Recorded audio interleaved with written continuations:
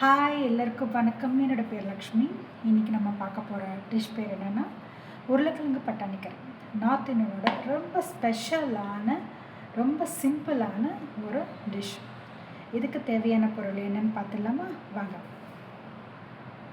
இதுக்கு தேவையான பொருள் என்னென்னா வெங்காயம் 2, தக்காளி 3, உருளைக்கிழங்கு தோல் சீவி வச்சுக்கோங்க, பட்டாணி, தனியாத்தூள், மஞ்சத்தூள், வெறும் மிளகாத்தூள், ஆம்ச்சூர் பவுடர், சீரக பவுடர், கரம் மசாலா தூள், உப்பு, இஞ்சி பூண்டு விழுது, கஸ்தூரி மேத்தி.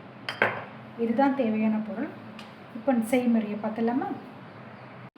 ஒரு பேன் வச்சு இதில் கொஞ்சமாக எண்ணெய் ஊற்றுங்க.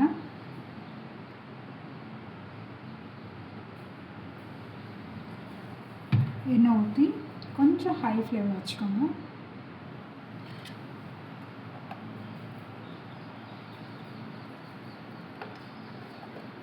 உருளைக்கிழங்கை இந்த தோல் சீவி இப்படி வச்சுக்கோங்க.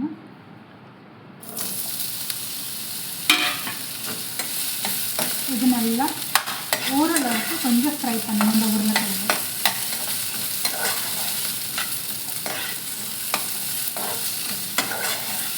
நான் இந்த டிஷ்ஷு 4 பேருக்கு சாப்பிட்ற மாதிரி சொல்கிறேன். நீங்கள் வேணால் கூட குறைச்சா போட்டுக்கோங்க.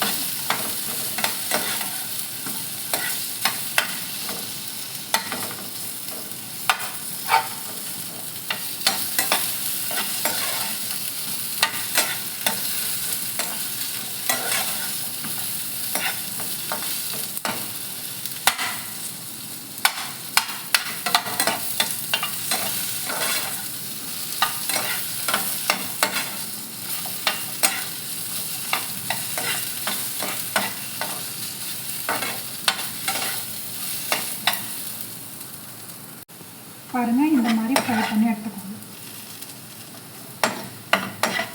உங்களுக்கு இன்னும் டீப்பாக வேணும்னா இன்னும் கொஞ்சம் எண்ணெய் ஊற்றி இன்னும் கொஞ்சம் நல்லா ரோஸ்ட் மாதிரி வறுத்துக்கணும். ஸோ இந்த மாதிரி தான் வறுத்துக்கணும். இதை நம்ம சைடில் வச்சுக்கலாம். அதே கடையில் கொஞ்சம் எண்ணெய் ஊற்றி 1 ஸ்பூன் சீரகம், 1 ஸ்பூன் சோம்பு, பட்டை, ஏலக்காய், லவங்கம் இதெல்லாம் போட்டுட்டு நல்லா ஃப்ரை பண்ணுங்கள்.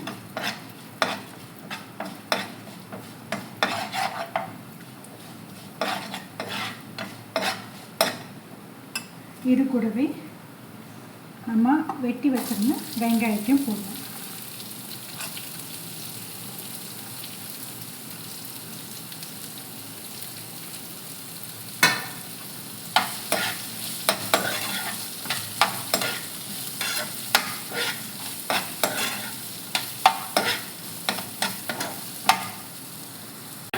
இதை வதங்கிட்டு இருக்கும்போதே நம்ம 1 ஸ்பூன் இஞ்சி பூண்டு, நான் இந்த ஸ்பூனில் எடுத்துருக்கேன்.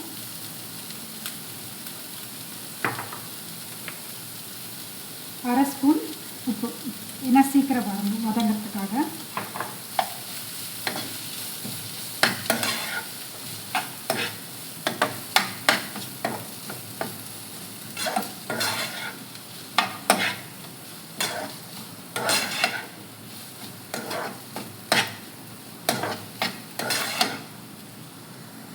ஓரளவு வதங்கினதுக்கப்புறம் நம்ம கட் பண்ணி வச்சுருந்து 3 தக்காளியும் போட்டுருவோம்.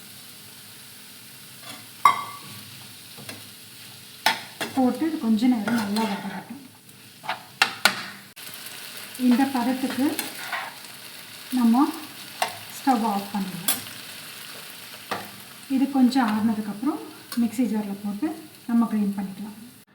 ஒரு குக்கர் வச்சுக்கோங்க. எண்ணெய் கொஞ்சம் தாராளமாக ஊற்றுங்க. ஸ்லிம் பண்ணிடுங்க. இதில் வந்து அரை ஸ்பூன் மஞ்சத்தூள், 2 ஸ்பூன் வெறும் மிளகாத்தூள், 2 ஸ்பூன் தனியாத்தூள், உப்பு 1 ஸ்பூன். இதெல்லாம் சேர்த்து நல்லா கலந்து வச்சுக்கோங்க. நான் இதுக்கு நடுவுலையே இன்னொன்று சொல்ல மறந்துட்டேன். 1 கப் தயிரை வந்து நல்லா பீட் பண்ணி வச்சுக்கோங்க.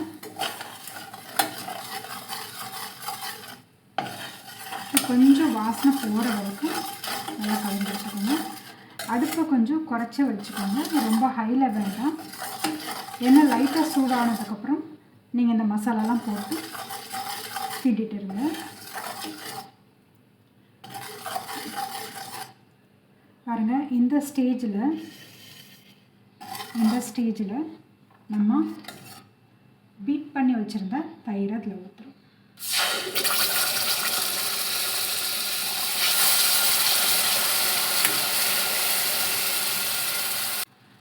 எண்ணெய் நிறையா இருக்கேன்னு நீங்கள் ஃபீல் பண்ண வேண்டாம். போக போக அப்படியே குறைஞ்சிரும். கொஞ்சம் கெட்டி பதம் வர வரைக்கும் கிளறிட்டே இருங்க. தயிர் நல்லா மிக்ஸ் ஆகிருக்கு பாருங்கள். மிக்ஸ் ஆனதும் நம்ம அரைச்சி வச்சுருந்த விழுதை போட்டுடலாம்.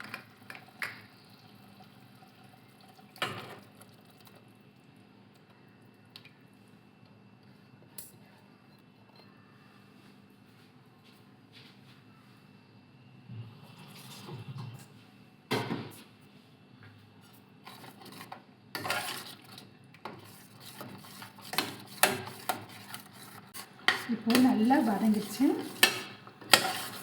பாருங்கள். இந்த ஸ்டேஜில் நம்ம ஃப்ரை பண்ண வச்சுருந்த உருளைக்கிழங்கையும் பட்டாணியும் அதில் போட்டுக்கலாம்.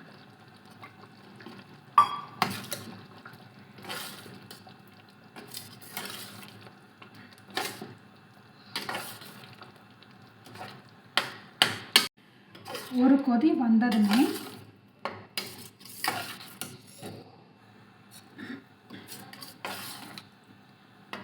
ஒரு ஸ்பூன் அம்ச்சூர் பவுட்ரு இதில் சேர்த்துக்கலாம்.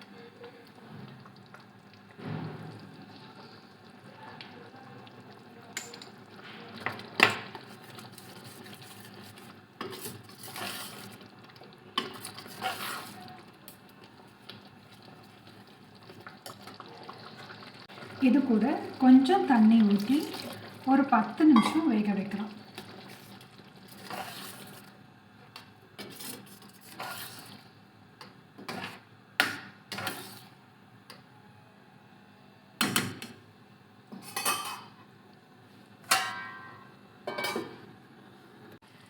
பாருங்கள், இந்த ஸ்டேஜு மேலெல்லாம் கொதித்து நல்லா எண்ணெய் வந்திருக்காங்க. ஸ்டேஜில்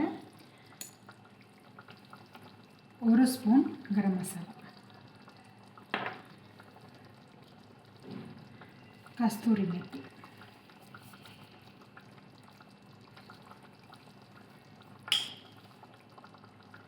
கொஞ்சமாக கொத்தமல்லி தழை,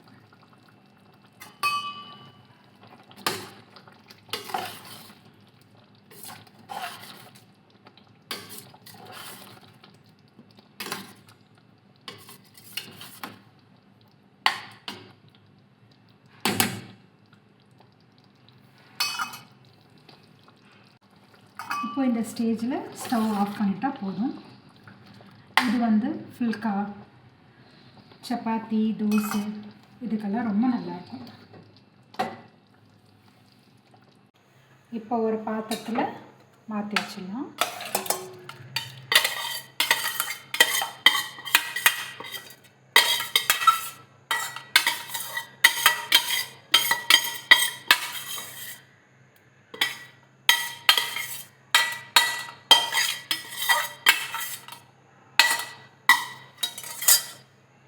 இதுக்கு மேலே கொஞ்சமாக தயிரை ஊற்றிட்டு கார்னிஷ்க்கு கொத்தமல்லி ரெடி. வாங்க சாப்பிட்லாம்.